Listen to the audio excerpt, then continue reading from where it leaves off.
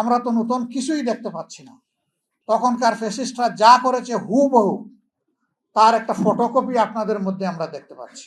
ওরা যেমন বিরোধী মতকে দমন করার জন্য ষড়যন্ত্র, অপপ্রচার এবং বল প্রয়োগের আশ্রয় নিয়েছিল, আপনারা সবগুলা ইতিমধ্যে নিয়ে ফেলেছেন।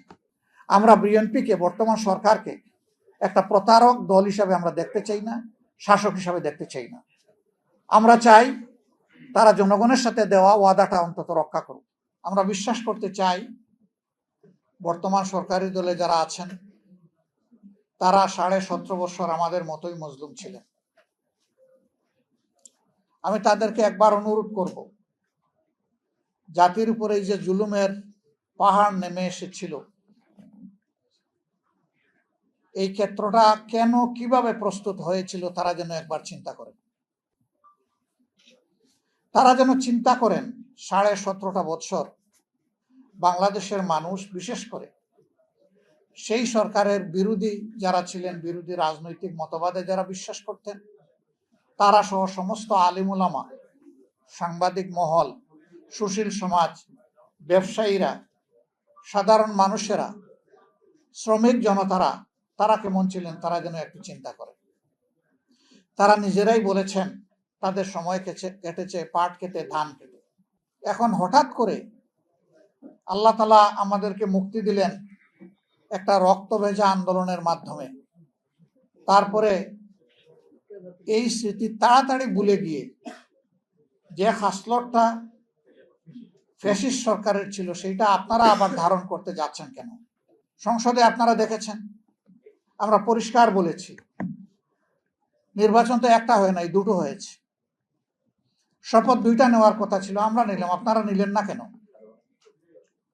সেই আপনারাই তো আমাদের মতো বলেছিলেন গণমুঠে হা বলুন, তো জনগণ তো হা বলেছে। 70% মানুষ হা বলার পরে জনগণের এই অভিপ্রায়কে আপনারা অপমান করছেন কেন? কারো সূর্য মাথার উপরে দুপুরবেলা স্থির হয়ে থাকবে না, থাকে নাই অতীতে, আগামীতেও থাকবে, এই কথা চিন্তা করার কোনো কারণ নেই। আমরা একটা মজলুম সংগঠন, আপনারা জানেন 24 সালের 1 আগস্ট আমাদেরকে নিষিদ্ধ ঘোষণা করা হয়েছে। আমরা এটাকে সাথে সাথে প্রত্যাখ্যান করেছিলাম। আমরা ধন্যবাদ জানাই, সেই দিন বিএনপিও এটাকে প্রত্যাখ্যান করেছিল, আমাদের সমস্ত গণতান্ত্রিক ধারার দলগুলা প্রত্যাখ্যান করেছিল, এলডিপি করেছিল। সম্ভবত সবার আগে এর প্রতিবাদ করেছিলেন ডক্টর কর্নেল অলি আহমদ। একে একে সবাই করেছে। আমরা সবার কাছে কৃতজ্ঞ, ঋণী, এটি গণতন্ত্রের চেতনা।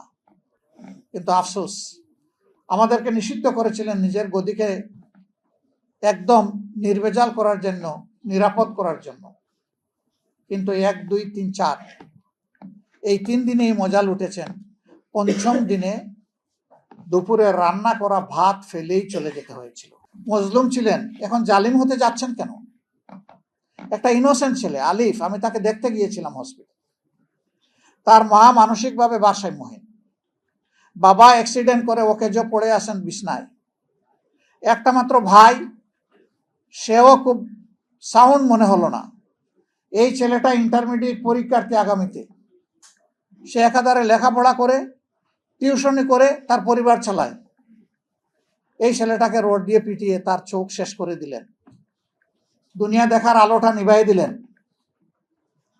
তো চোখ তো শেষ করেছিল শেষ হাসিনা, আপনারা আবার শুরু করলেন কেন?